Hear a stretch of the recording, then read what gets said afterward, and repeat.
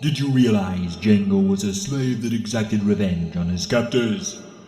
So perhaps that makes him Jango Unchained.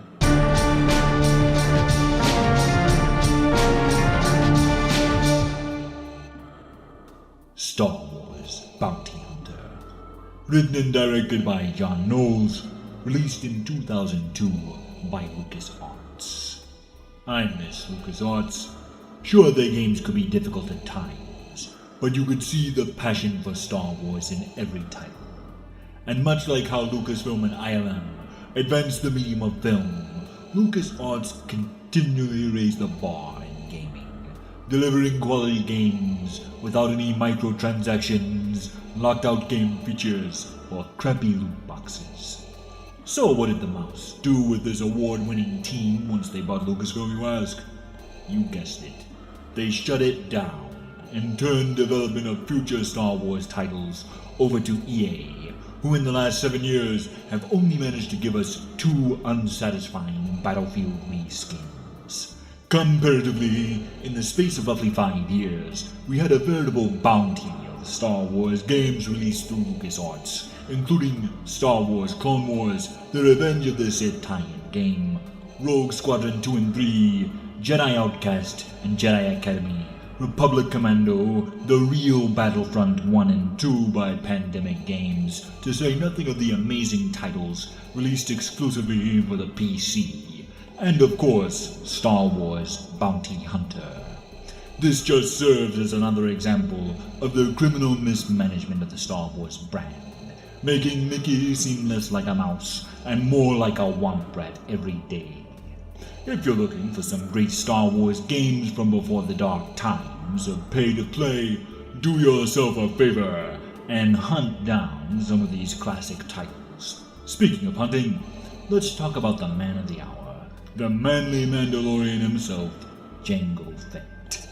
Our story begins shortly after the events of Episode 1, as Jango Fett, played by Tamora Morrison, is hired by Darth Tyrannus, aka Count Dooku, to hunt down his former Padawan, Kamari Vosa, a deranged Jedi and leader of a cult known as the Bando Gora. Mantras, Jango's creepy rival, is voiced by Clancy Brown, who would later go on to voice Savage Opress in Dave Filoni's 2008 Clone Wars. But I'll always think of him as Lex Luthor from Superman the Animated Series. Turns out Space Luthor also wants the 5 million Republic crits Dooku is offering for Vosa's head. After dealing with the Death Stick dealer with connections to the Bando Gora, the trail leads Jango to a Doug King named Sabalto. And to gain an audience with the camel-faced little twerp, Jango breaks a prisoner out of the Uvo 4 asteroid prison, where he meets a shifty bounty hunter named Zam Wazell. During their escape, Jango steals a fire spray pursuit special, which would later become his iconic vehicle, the Slave One. Meanwhile on Koma, one of the moons of Bogdan, Vosa's aide, who looks like a cross between Skeletor and Donnie Darko, reports to Vosa that all of their contacts on Coruscant are dead. Once Jango and Zam make it to Malastare, they pay a little visit to Sabalto's Death Stick factory, and maybe it's just my history with Zabalba showing here, but I gotta admit, it was pretty wizard blasting all those dugs in this level. Turns out the freighters Sabalto used to transport the tainted Death Sticks for the Bando Gora bear Huttese markings, leading Jango and his shifty new pal to my old stomping grounds, Tatooine. Looking for information, Jango gains Jabba's favor by taking down Longo Two Guns and his gang of space banditos in what is my absolute favorite level of the game. You have to maintain a frantic rate of fire in order to survive, as with many levels in the game, but fortunately, after several hours of button mashing in Mario Party, I have the fastest thumbs in the West. Hey!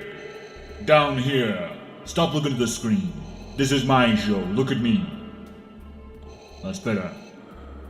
After wasting Two Guns and his crew, you make your way through the canyons of the Jundun Wastes to Gardula's palace, where you get to blast some sand people. Again, something I personally enjoyed quite a bit, because we all know how I feel about the sand people.